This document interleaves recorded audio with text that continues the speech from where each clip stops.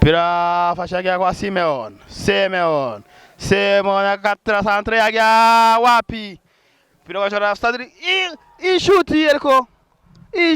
nikaba yagia hanze numero 15 w'umugwi wa ariwe Henry yareje yagia mugenzi wake ikorosi nziza cyane ishuti rirerire numero 13 ishuti rirerire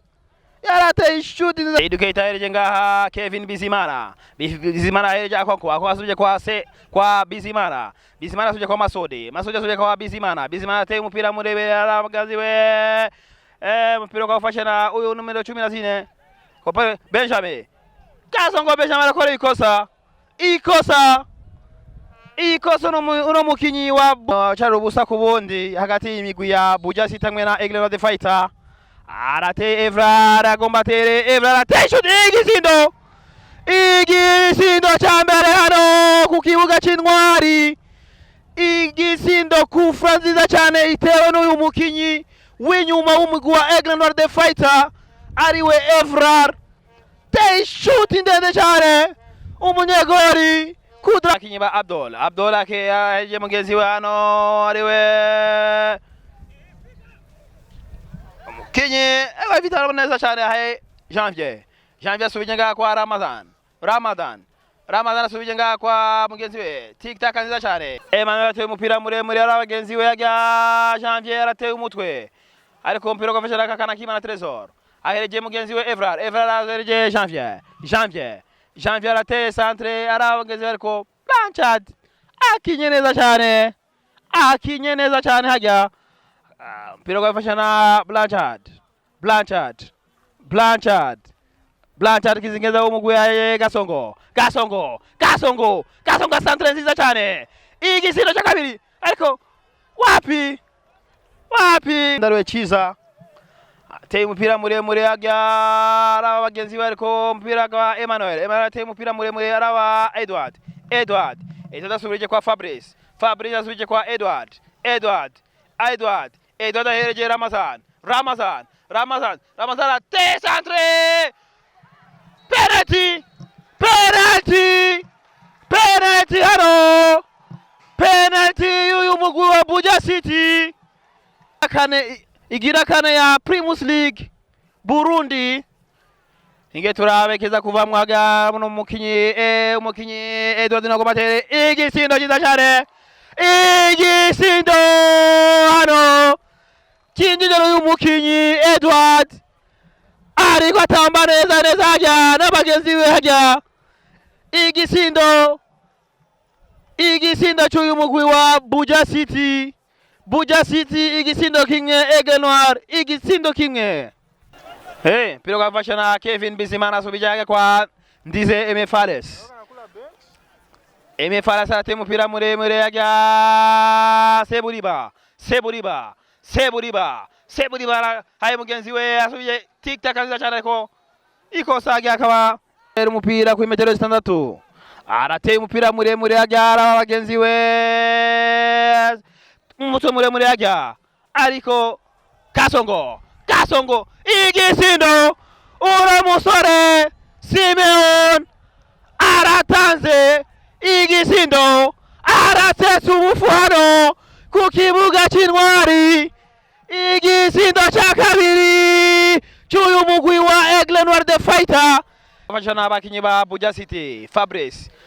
ahereje mugenzi we ya Ramazan asubije ngaha kwa Emmanuel ateye umupira muremure abagenzi we ariko Educator umupira n'umutwe umupira ugafasha n'abakinyi Edward ariko wapi Chiza Abdul asubije umupira ugafasha na ruriko ruhuza umugwi wa Buja City hamwe n'umugwi wa Aigle Noir Fighter kirarangiye ku nsinzi y'uyu mugwi wa Buja City ku ntsinzi y'umugwi wa Aigle Noir de Fighter imaze gusinda ibisindo bibiri kuri kimwe cy'uyu mugwi wa Buja City. Igice cha kabiri kigomba gitangure, igice cha kabiri kiratanguye, pero kwafasha na kana Kimana Tresor ahereje Gilbert Bibe kwa Simeon asubije nga kwa Abdul Karim asubije nga kwa Emmanuel ajeje kwa Kudra Nkwele Kudra ahereje mugenzi we ajya arateye umupira murebure. Kudra Nkwele araba Bibe, pero kwafasha na Simeon ateye umupira muremure araba Janvier asubije nga kwa Bibe ahereje Janvier ariko hanze corner na imefanya ateye umupira muremure agaraba Benjamin ariko Simeon agaye umupira na mutwe. Abdul akubishwe mbaya sana, arafashe umupira Kasongo aragiye igisindo ariko wapi arateye umupira asanga yamuhaye muteye umupira ku maboko no musore no munyegori Kudra Nkwele, pero kwafasha na Gilbert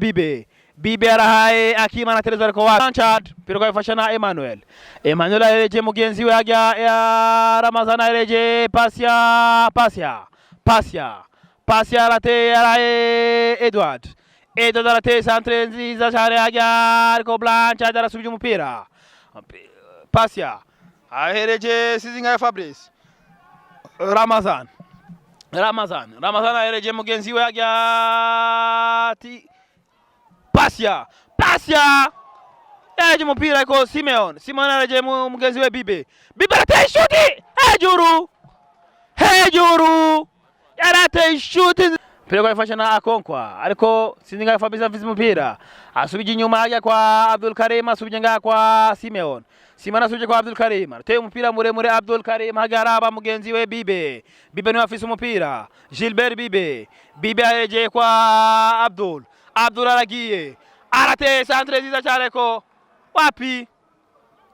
haye mugenzi we nga Tresor arateye centre nziza cyane ariko Fares sami umupira neza cyane, pero kwafasha na anarusha pale akimona Akonkwa pale rudisha pale kwa Sizinga ya Fabrice Batazirameyo. Fabrice akijaribu kumuona Abdul akimona mechi kwisha, urukino rurarangiye ariko ruhuzuye umugwi wa Buja City n'umugwi wa Aigle Noir de Fighter, rurangiye Aigle Noir de Fighter isinduye umugwi wa Buja City ibisindo 2-1.